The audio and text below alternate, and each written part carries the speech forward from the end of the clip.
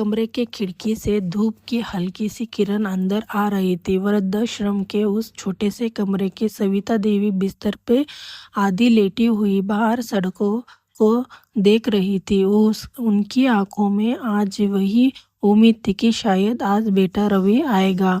4 महीने पहले रवि ने उन्हें यह छोड़ दिया था कहकर कि गया था।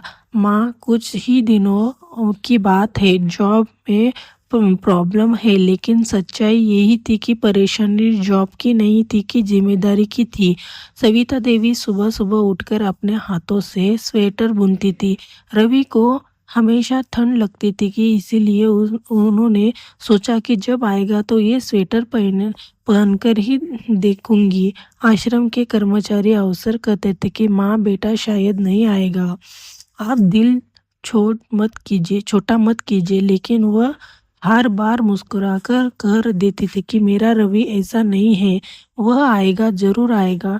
शाम को जब चाय बांटी जाती थी तो सविता जी 2 कप ले लेती थी, एक अपने लिए, दूसरा रवि के लिए। कहती थी कि कभी भी आ सकता है, मुझे पहले से रखना चाहिए। एक दिन पुराने मिठाई की दुकान से किसी ने लड्डू भेजा। सविता देवी ने सामने बोटा, लेकिन एक छोटा डिब्बा छुपाकर रख दिया। रवि को बहुत खूब पसंद है लड्डू, मैं उसके आने पर दूंगी। वह दिन आया जब आश्रम के गेट पर अचानक एक गाड़ी रुकी। सविता देवी का दिल तेजी से धड़कने लगा कि उन्होंने स्वेटर उठाया और दरवाजे की तरफ चल पड़ी। पर गाड़ी से उतरा कोई और, एक अजनबी आदमी।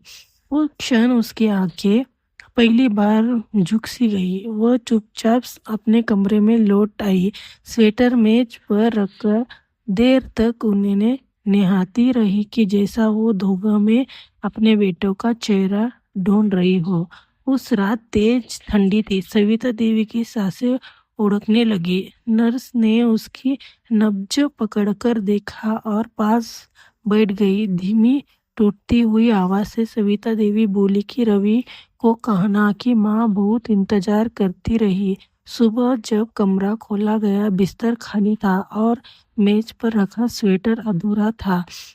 उसी शाम रवि का फोन आया कि मैं आज माँ को लेने आता, टाइम नहीं मिल पाया था। नर्स ने धीमे से कहा कि माँ बहुत इंतजार करती रही, आप बस एक दिन देर हो गए। फोन के उस पार कुछ देर तक खामोशी रही और पहली बार रवि की आंखों से आंसू बह लगे कि पर आप बहुत देर हो चुकी थी, हमेशा की तरह बहुत देर। आशा करती हूँ कि आपको कहानी पसंद आई होगी। चैनल को लाइक एंड सब्सक्राइब जरूर करना। देखने के लिए धन्यवाद।